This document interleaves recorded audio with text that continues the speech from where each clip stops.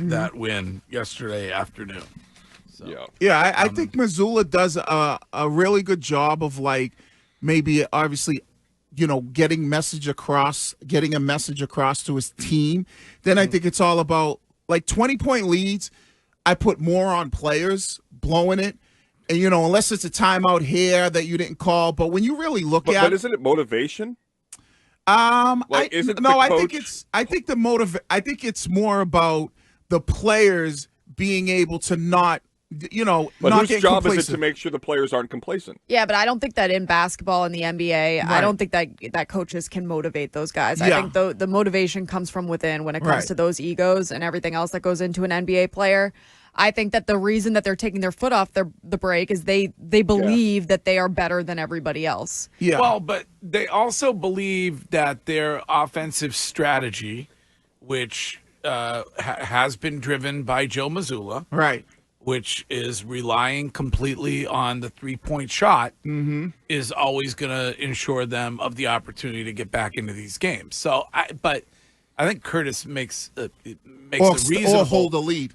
Makes a reasonable point where there have been considerable times, more so this season, where they have had good leads and allowed these teams back into the basketball game. Yeah, and I think Courtney's spot on, and that's one thing we talked about. I think when you're at that level in basketball, it's really about managing, getting guys to buy into their roles. That they have to keep fighting, buy into their roles. But I definitely think at the NBA level, you see these guys take their foot off the gas, and the coach, there'll be times I've been at the games and Mazzulla's, getting up on them, digging in their asses about doing this, doing that, even on the sidelines, and then just come out and their energy level is just not there, and it's just all right, we can flip the switch or we can just bang out a couple 3-pointers and we're right back into it. So, or we get lazy on the defensive side because we're up by 20 and we're hitting 3-pointers all over the place, and then we start taking horrible shots on the offensive end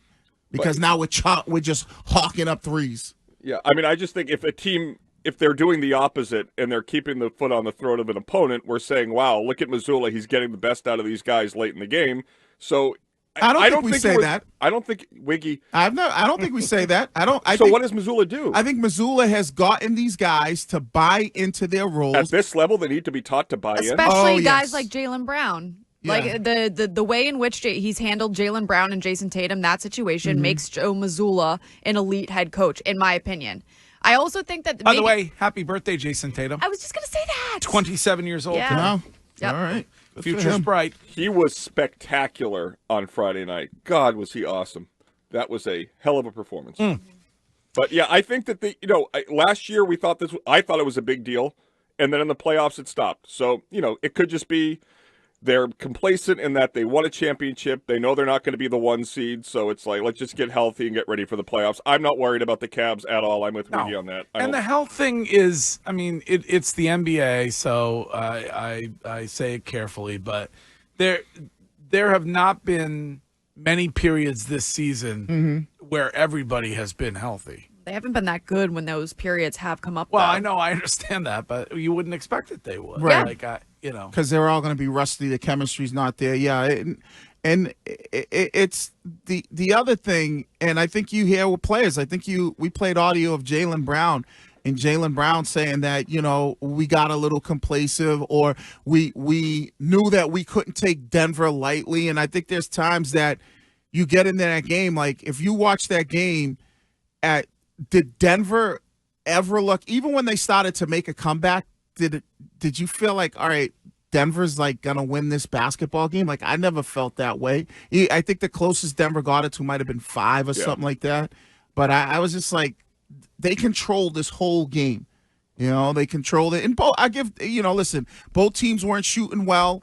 But the Celtics, they just Jamal Murray was awful. Yeah, and the Celtics just have in the first half he was. Yeah. The Celtics just have so many guys. Derek White hit a bunch of big shots at the end. P. Pritch. Yeah. Derek White had a great fourth quarter. Yeah. And that's the thing with the Celtics. They're others, when you take away Tatum and Brown and say, all right, this is what Tatum and Brown's going to do, their others are always going to be better than whoever else they play others. So you look at Donovan Mitchell. You take Donovan Mitchell out the equation, the rest of the team, who is going to be able to step up like the Celtics others do? And I don't think that Cleveland has that type of firepower. Nope. Lakers won their 6th in a row, though, Curtis. They did. They sure did. And I love how Mazzulla gets credit for buying in, but doesn't get blamed when they don't. I'm telling you, listen. Hey, listen. Watch the Lakers. Lakers won't make the Western Conference Finals. Wiggy, it's okay. I'll forget about everything you said. Hey, listen. Before. Hey, they playing well right now, but they ain't making the Western Conference Finals. Do you remember when the Bucks were in the playoffs and you said they were going to lose to the Saints, and then you said they were going to lose to the Packers? Bucks. Yeah, the Bucks played the Saints. Yes, the Bucks in football played the Saints, the Packers, and the Chiefs. And you said Brady was cooked, and I said, I never said Brady was cooked. When did I ever? No. You're trying to rewrite history. Did you say they were going to lose to the Saints? I never said Brady was cooked. You said they were going to lose to the Saints? You did on this show. No, you did. Yes, you did. I said Brady was cooked? No, I don't think you said cooked. Stop it. And I said I think you said toasted like a Courtney bagel. No. Right. You said burn it up like the kitchen. I said they should have never got rid of Brady. I agree. No way he's cooked. The fact is that the L.A. Lakers are playing the Celtics in the NBA Finals. I said it. People mocked me. They are 11-2. Right. Well, If they get there, they are the 2 seed. If the Lakers get there, will you buy into the Kurtspiracy? I'll buy into the Kurtspiracy if the Lakers get there. Okay. I'll buy into that because All right. I mean, honestly, they're the 2 seed right now. Right. I know what they are. It really, like when Wiggy and I argue, it's fine, but when it's NBA, if I'm ever right, it really irritates me. No, I'm not saying that. Listen, I'm not saying that this isn't a jolt for the NBA. I just don't think the NBA did it. So who did it? I think the moronic Dallas Mavericks did it because there was a relationship with their GM and a relationship with the Lakers GM, and they just didn't call anyone else. They didn't. That's how stupid they are. And then why do these always happen for the Lakers? Like, why would that be? Because to me, if you're dumb, you call everybody and you're like, okay, what's he worth? Because you don't know yourself. To only call one team for a 25-year-old superstar in the NBA, it's either just the worst ownership group ever, which is why you have a commissioner that can block trades, or it's orchestrated by the NBA. No. Commissioner can't block trades. Yes, they can. No, the only time he blocked the trade is because the league owned the New Orleans Pelicans at that time. Wiggy, of course an NBA commissioner can block a trade. When is an NBA? I would say you add S's to words that don't have them and then skip them on words like New Orleans. New Orleans. Yeah, you skipped the S. All right. Yes. Well, when's the last time the commissioner blocked a trade in the NBA? It was just the Chris Paul one to New Orleans because the NBA owned New Orleans. So find me another time that the commissioner blocked a trade. I don't know. I just always know that when but you can't just throw something into the air and then go, I don't know. Okay, Wiggy, whenever a deal is okay, you want to laugh or you want to have a conversation? No, because people are listening. They're going to take your word and they're going to be like, I don't want to get complacent. I don't want to get complacent here. So really? I'm going to get right to the point. In every league, when you send a trade and they say it's subject to league approval. All right. Am I crazy? I listen, I don't know. Well, how can you yell if you don't know? No, I'm saying, because you're saying it like you know. I said, show me when a league has blocked a trade in any sport other than the New Orleans and Charlotte trade because... But this conspiracy has legs.